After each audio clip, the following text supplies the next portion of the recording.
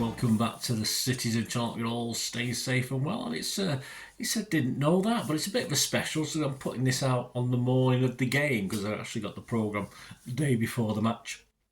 Of course, on Sunday the 10th of March. So obviously Reach Sports, who do the City programmes. So I've got this one. So I thought I'd do it on put it out in the morning of the game against Liverpool the 10th of March. I don't know when you're watching this, but of course I don't know what's gone on, what's happened.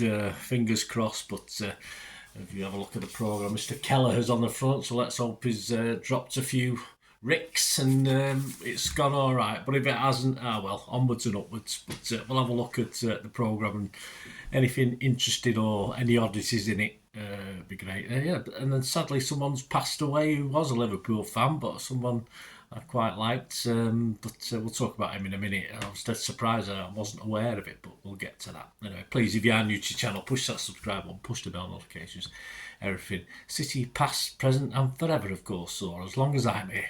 Hey, we all have a sell-by date, don't we? That's for sure. Best before date, even. So join me.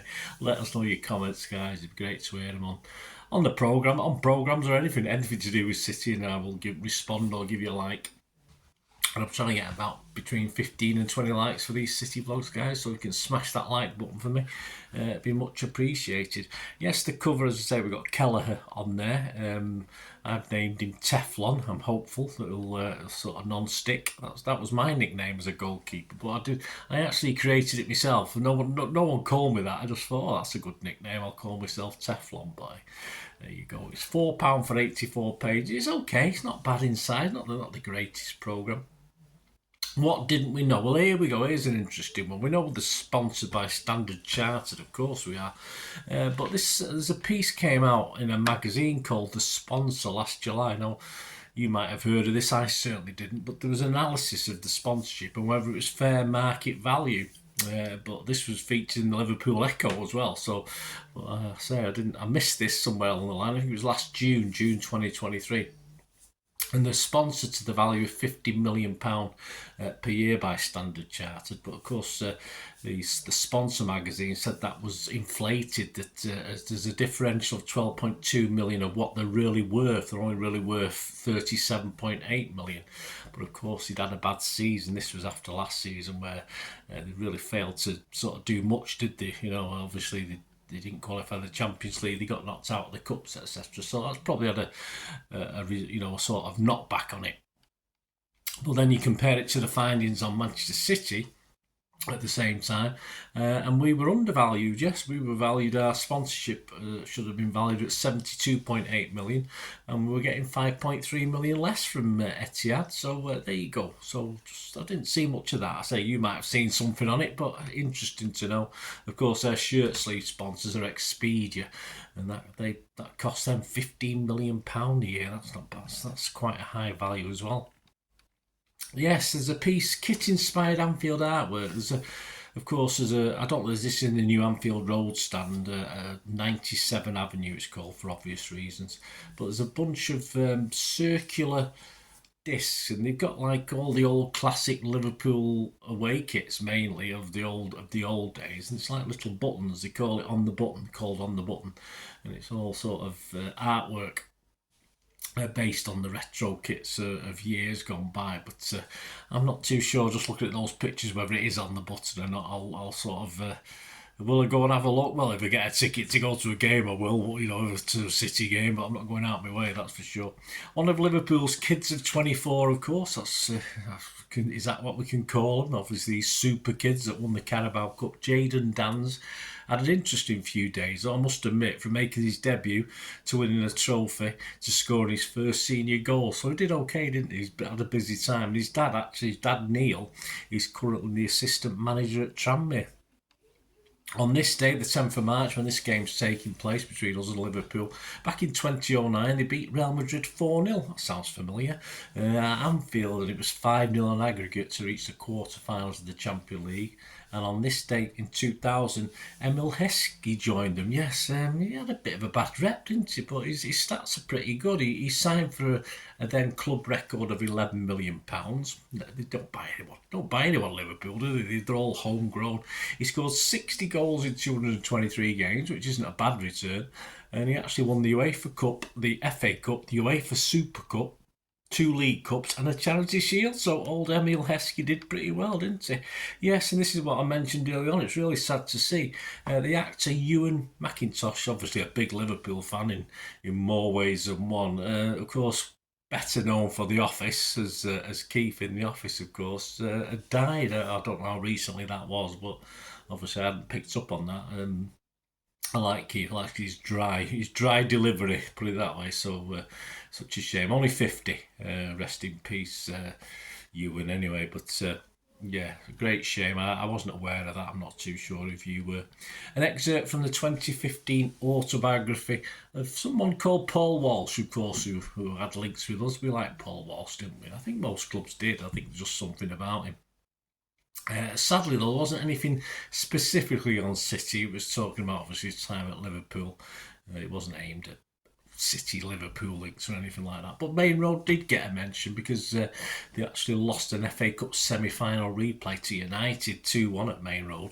The original tie was 2-2 and that took place at Goodison. Those were the days, weren't they? FA Cup silence at Goodison, of course, for Liverpool. Then obviously the replay in Manchester because they're playing United. That's how it should be. That's how it should be. So I'm sure it was very feisty those nights.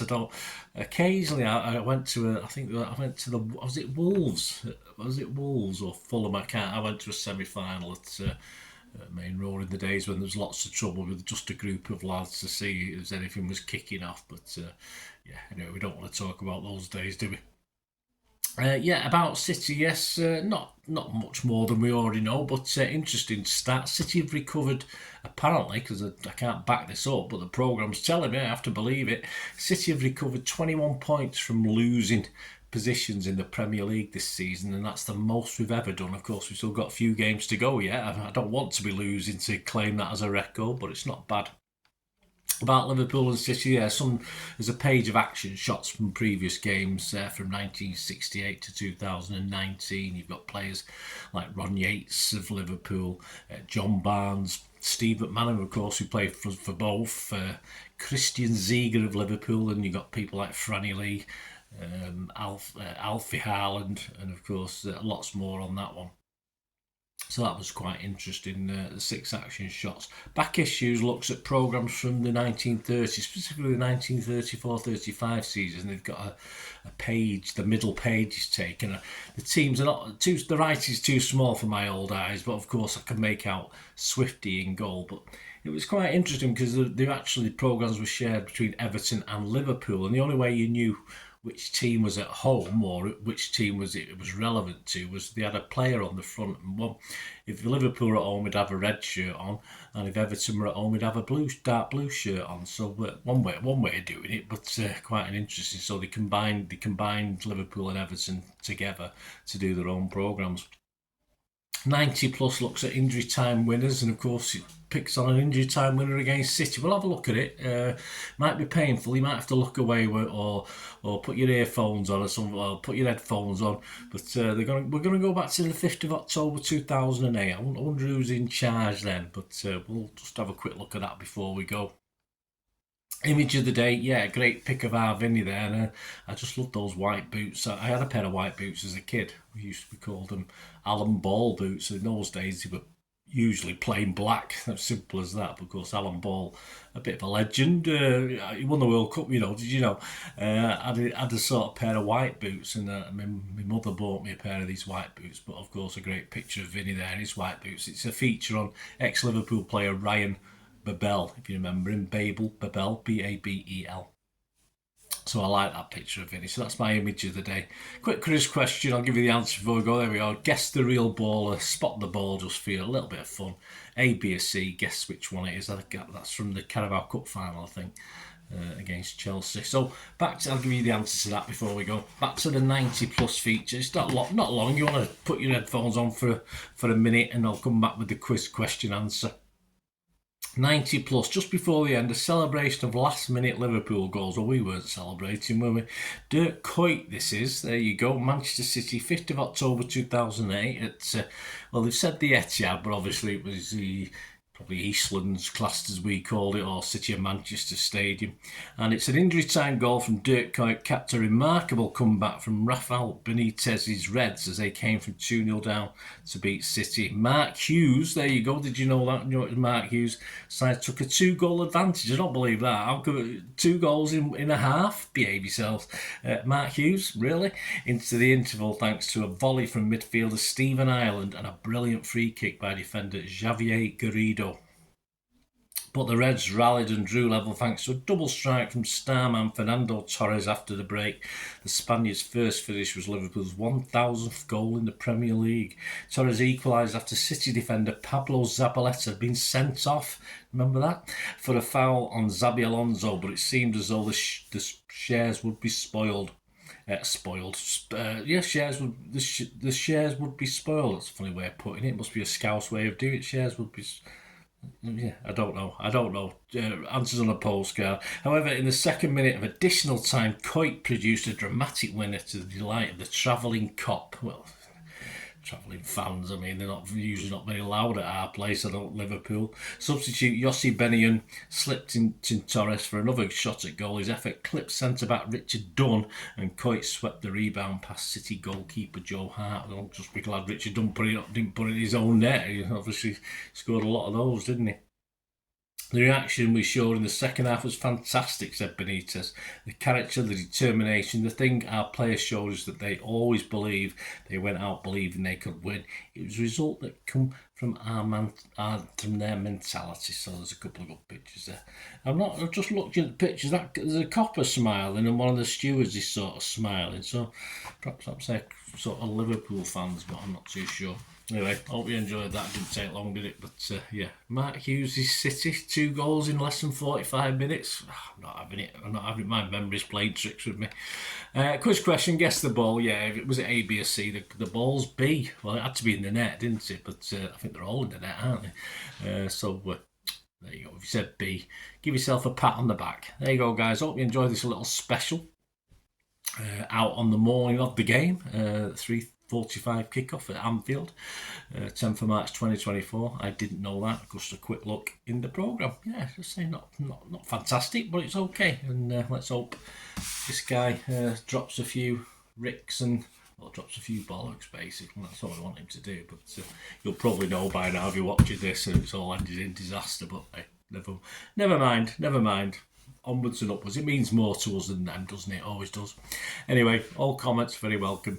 Till we meet again, that's one thing, don't I? Please stay safe, Blues. Come on, City. Bye for now.